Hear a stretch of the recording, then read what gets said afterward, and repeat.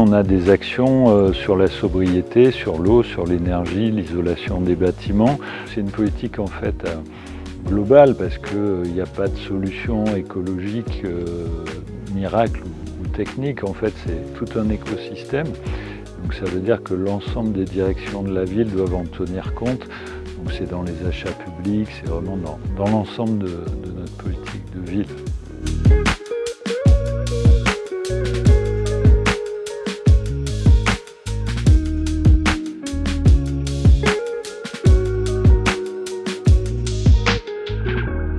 Le service finance comprend que c'est intéressant également pour lui. Si on travaille sur une maison de la petite enfance, ils sont intéressés par l'emplacement parce qu'être en bord de route au milieu de la forêt, c'est pas tout à fait la même chose. L'utilisation des matériaux également pour la santé des usagers ou du personnel qui travaille ici. Voilà, les services d'urbanisme ont compris aussi que c'était un gain de temps au fond parce que souvent on a des projets qui avancent puis ensuite l'autorité environnementale va refuser, l'État va refuser des permis où il va y avoir des contestations. Chacun prend petit à petit conscience que en fait c'est pas simplement quelque chose qui est imposé, mais aussi parce que c'est intéressant pour eux-mêmes. Et peu à peu les services s'approprient eux-mêmes tout ceci.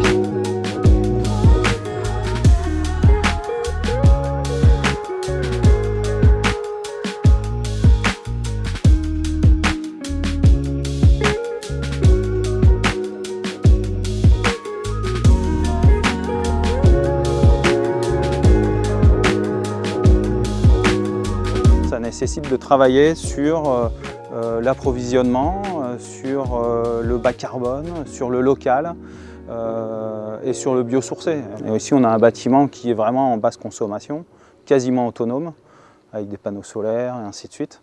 Donc en termes de fonctionnement, il ne va quasiment rien coûter à la collectivité.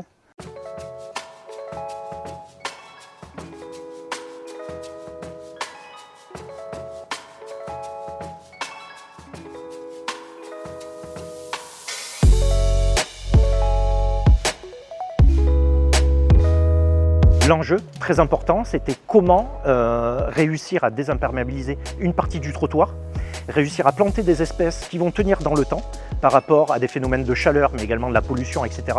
Un espace extrêmement contraint, et d'adopter du coup une palette végétale en environnement urbain.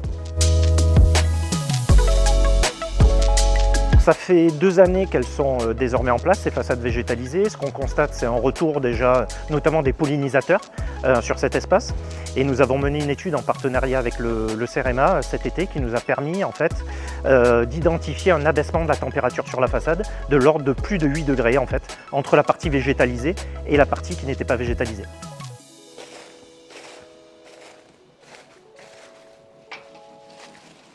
Alors, on rentre sur l'espace naturel sensible de Dupérier.